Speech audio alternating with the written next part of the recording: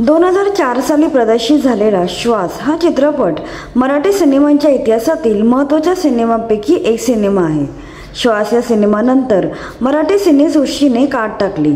पुन्हा एकदा मराठी सिनेमाची चर्चा राष्ट्रीय आंतरराष्ट्रीय पातळीवर झाली। या चित्रपटाचं नाव ऑस्करसाठीही पाठवण्यात आलं होतं। राष्ट्रीय पुरस्काराने या चित्रपटाला आणि बालकलाकार अश्विन चितळेला गौरवण्यात आलं होतं। श्वास हा चित्रपट आजोबा आणि नातवाच्या नात्याभोवती फिरणारा चित्रपट आहे। अरुण नलावडे यांनी या चित्रपटात परशुरामच्या आजोबांची भूमिका साकारली होती, तर अश्विन नातवाच्या भूमिकेत झळकला होता। चित्रपटाला प्रदर्शित होऊन जवळपास 20 वर्षांहून अधिक काळ लोटला आहे। एवढ्या वर्षांनंतर अश्विन आता काय करतो हे आज आम्ही तुम्हाला या व्हिडिओद्वारे सांगणार आहोत। चला तर व्हिडिओ सुरू करूया। अश्विन चितळे मूळचा पुण्याचा आहे। पुण्यातील नूतन मराठी विद्यालयातून त्याने शालेय शिक्षण घेतलं। शाळेत असताना त्याला श्वास या चित्रपटात काम करायची संधी मिळाली। या चित्रपटामुळे त्याचे आयुष्य पूर्णपणे बदलून गेलं। या चित्रपटातील त्याच्या अभिनयाने सर्वांना चकित केलं।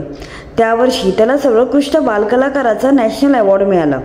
त्यानंतर त्याला अनेक चित्रपटाच्या ऑफर्स देखील यायला लागल्या। श्वास या सिनेमानंतर अश्विन याने तब्बल 16 सिनेमे केले।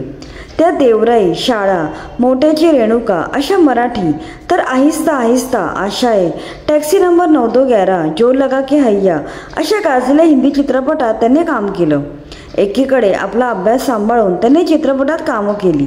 पुढे त्याने सर परशुराम भाऊ कॉलेजमधून भूगोल आणि फिलॉसॉफी विषयात डिग्री घेतली। नंतर टिळक महाराष्ट्र युनिव्हर्सिटीमधून इंडोलॉजी विषयात मास्टर केलं। शिक्षण पूर्ण झाल्यावर त्याला सिनेमातून अनेक भूमिकांच्या ऑफर्स येत होत्या, पण टिपिकल लव्ह स्टोरी किंवा तसेच सिनेमे करायचे नाहीत हे त्याने ठरवलं होतं। एक हिरो म्हणून तो त्या भूमिकेत शोभणार नाही असं त्याचं म्हणणं होतं। त्यामुळे त्याने अनेक ऑफर नाकारल्या असं अश्विनने एका मुलाखतीत सांगितलं। त्यानंतर तो सिनेसृष्टीपासून दूर गेला। त्यानंतर तो काही वर्षापासून फारसी भाषा शिकत आहे। इंडोलॉजीचा अभ्यासक म्हणून त्याने फारसी भाषा शिकायला सुरुवात केली होती। ही भाषा शिकत असताना अश्विनला दिग्गज सूफी कवी रुमीच्या कवितांनी वेड लावलं। यानंतर त्याने रुमीच्या पौराणिक कथा त्याचं साहित्य संकलित करून त्याने त्याचं भाषांतर केलं। रुमीवरच्या अनेक कार्यक्रमांचे तो नियोजन करत असतो। या कार्यक्रमात तो कथाकथनही सादर करतो।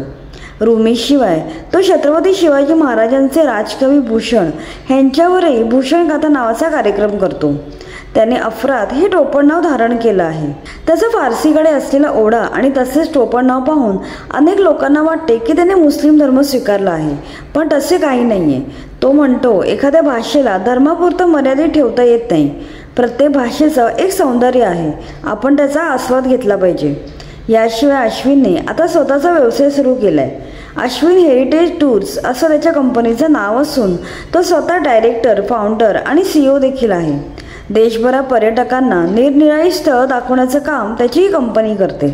त्यामुळे अश्विन आता अभिनेत्यासोबतच एक उद्योजक देखील आहे।